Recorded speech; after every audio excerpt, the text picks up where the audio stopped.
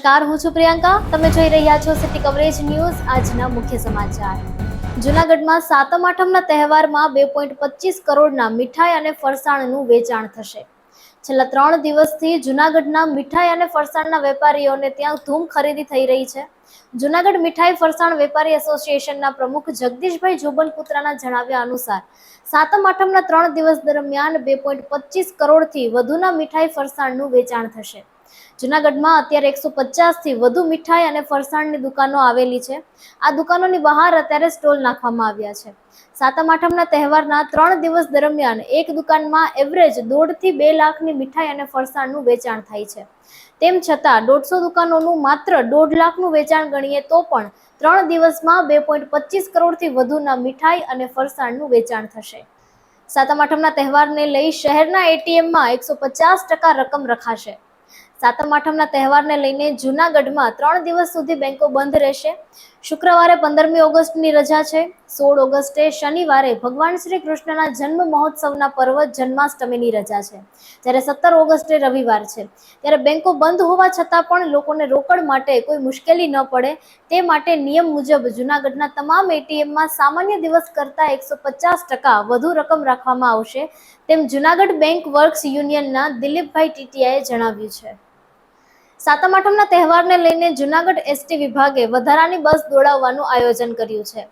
Junagadh ST વિભાગના 9 ડેપોમાં થઈને દરરોજના regular દોડતા વાહનો ઉપરાંત વધારાના 85 વાહનો દોડાવાશે. આ 85 વાહનો દ્વારા વધારાની 203 ટ્રીપ કરવામાં આવશે, જેથી કરીને સાતમ આઠમના તહેવાર દરમિયાન મુસાફરોને કોઈ મુશ્કેલી ન પડે. તહેવારો દરમિયાન એસટી વિભાગ વધારાની બસ દોડાવતું હોય છે, જેમાં જૂનાગઢ એસટી વિભાગે રક્ષાબંધનના પર્વમાં વધારાની દોડાવેલી બસ દ્વારા 20,62,122 વધારાની રકમની આવક મેળવી હતી. જૂનાગઢના karate trainer Mayurkumar Chauhan Japan coach તરીકે જશે. જાપાનના ટોક્યો ખાતે યોજાનાર વાડોકાઈ સ્પર્ધામાં ટ્રેનર તરીકે ભારતમાંથી 6 પસંદગી પામ્યા છે. આ 6 ટ્રેનરમાંથી એક ટ્રેનર જૂનાગઢના મયુરકુમાર ચૌહાણની પસંદગી થઈ છે. 25મી વર્લ્ડ વાડોકાઈ કરાટે કપ 2025 સ્પર્ધાનું ટોક્યો અને જાપાન ખાતે આયોજન કરવામાં આવેલું છે. આ સ્પર્ધા માટે ભારતભરમાંથી કુલ 6 કોચ અને 25 જેટલા વિદ્યાર્થીઓ સિલેક્ટ થયા છે, જે ચેમ્પિયનશિપમાં ભાગ લેશે તેમજ ભારતને રિપ્રેઝેન્ટ કરશે. જૂનાગઢ મહાનગરપાલિકામાં સખી મંડળમાં કામ કરતી 300 જેટલી મહિલાઓને છેલ્લા 2 માસથી પગાર મળ્યો નથી, જેને કારણે સખી મંડળની બહેનોએ કોર્પોરેશન ખાતે ધરણા કરી અને હલ્લાબોલ કર્યો હતો. સાતમ આઠમના તહેવારો આવી ગયા છે, તેમ છતાં પણ પગાર કરવામાં ન આવતા તહેવારોની ઉજવણી કરવી કઈ રીતે તેવી મુસીબત સખી મંડળની બહેનો અનુભવી રહી છે. દરમિયાન સફાઈ કામદાર યુનિયનના પ્રમુખ અને વાલ્મીકી સમાજના પ્રમુખ સહિત જ્ઞાતિના આગેવાનોએ કોર્પોરેશન ખાતે જઈ અને ઉચ્ચ અધિકારીઓને રજૂઆત કરી આ પ્રશ્નનો તાત્કાલિક નિવેડો લાવવા માટે માંગણી કરી હતી. એવું ભાતું ના બાંધો કે તમે સ્વર્ગમાં પણ નરકમાં જાઓ. એવું ભાતું બાંધોમાં, જેથી કરીને તમને ભગવાનને આપ્યું હોય અને તમે નાના હો, તમે ભણી ગણીને હોશિયાર થયા હો, હોય તો ભણી કરીને કેટલા અમે ભારતીય જનતા પાર્ટીના હિન્દુ આ વાલ્મીકી સમાજ છે. જ્યાં 2000 જોતા હોય 5000 માણસો ભેગા છતાં પણ આ સમાજની કિંમત. કેન્દ્રીય ગૃહ મંત્રાલય દ્વારા સન્માનની જાહેરાત. સ્વાતંત્ર્ય દિન પર્વે વીરતા અને સેવા મેડલ્સથી દેશના 1090 જેટલા વીરો અને કર્મચારીઓનું સન્માન થશે. ગૃહ મંત્રાલયે 1090 police, fire brigade, home guard, civil defence અને સુધાર સેવાના કર્મીઓને વીરતા તેમજ સેવા પદક આપવાની જાહેરાત કરી છે. આ સન્માન એ લોકોને મળશે જેમણે દેશની સેવામાં બહાદુરી અને સમર્પણનો પરિચય આપ્યો છે.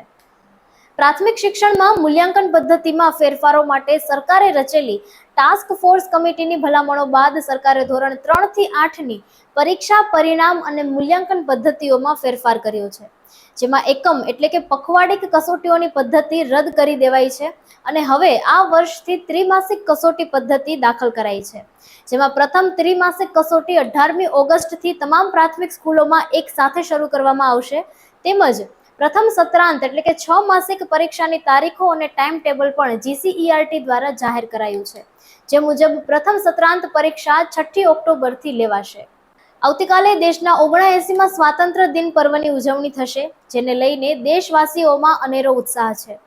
વડાપ્રધાન મોદી સતત 11મા વર્ષે લાલ કિલ્લા પરથી રાષ્ટ્રને સંબોધન કરશે. આ અવસરને ઐતિહાસિક બનાવવા તડામાર તૈયારીઓ ચાલી રહી છે. સમગ્ર દિલ્હીમાં સુરક્ષાનો મજબૂત બંદોબસ્ત કરવામાં આવી રહ્યો છે. જમીનથી માંડીને આકાશ સુધી સુરક્ષા કવચ મજબૂત બનાવવામાં આવ્યું છે. આ વખતે સ્વાતંત્ર્ય દિન પર્વે વડાપ્રધાન મોદી ભારતીય સશસ્ત્ર દળો, ખાસ કરીને ઓપરેશન સિંદૂર દરમિયાન તેમના પરાક્રમ અને બલિદાનને સમર્પિત રહેશે. સિટી કવરેજ ન્યૂઝના ડેઇલી અપડેટ માટે અમારી ચેનલને લાઇક કરો, શેર કરો અને સબસ્ક્રાઇબ કરો. આવતીકાલે મળીશું ફરી નવા સમાચારો સાથે. City coverage news, Junagadh.